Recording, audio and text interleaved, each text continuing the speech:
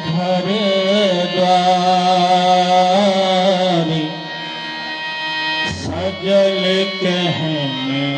घर द्वार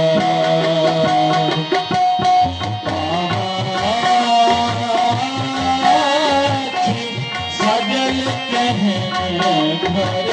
द्वार सजल कहने घर द्वार बाबा सजल कहने घर द्वार